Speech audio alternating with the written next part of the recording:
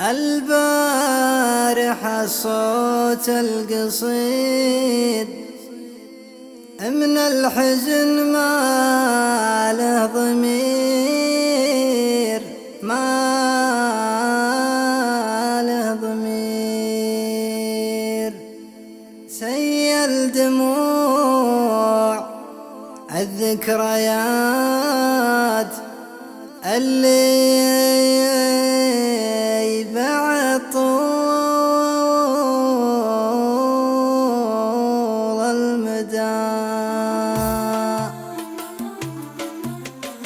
البارحة صوت القصيد من الحزن ما له ضمير، سيل دموع الذكريات اللي بعد طول المدى. ريشة حروف ترسم أحلامه على وجه الفقير اللي معاناته لها في داخله صوت وصدى. مع كل خطوة تايهة وما له تحث المسير، ينتابه نبض الشعور العابر ويذهب سدى. حتى بقى حزنه من اللوعات من قطع النظير، على كثر ما جرب الصدمات ما حوله قدا. أثر الغياب اللي بلا عذر وسبب جرح كبير،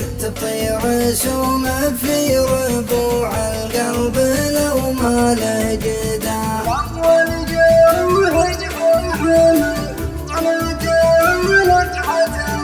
والأول جروح يفوح من طناتها نفحة عبير، مكان مات الورد من شوقه لقطرات الندى. على رصيف الانتظار يقودني سلك الحرير، لين الرجا من كثر ما شابت طموحاته غدا. ما ودي يرخص هيبتي في سوق تحديد المصير، مكانتي تسمو فخر بين الأحبة والعدا.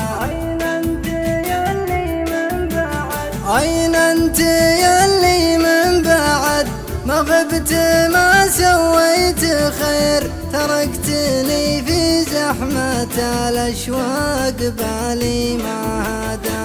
الصارع امواج الصبر في غبة الشوق الغزير، وقاوم رياح الهجر في قمة جبال الهدى. وأكفل أحلامي وأنا في غربة الأوجاع أسير، وحزني يحطب من ضلوعي كل فرحة وحدا. اللي ذكرت اللي خذا من عمري الشي الكثير، وهداني يطعون انت مدى جرحها لكن فدا. ما فيها شد من التوجد غيرتني بالضمير، الطيحة اللي تجرح الأصحاب وتسر العدا. الطيحة اللي تجرح الأصحاب وتسر العدا.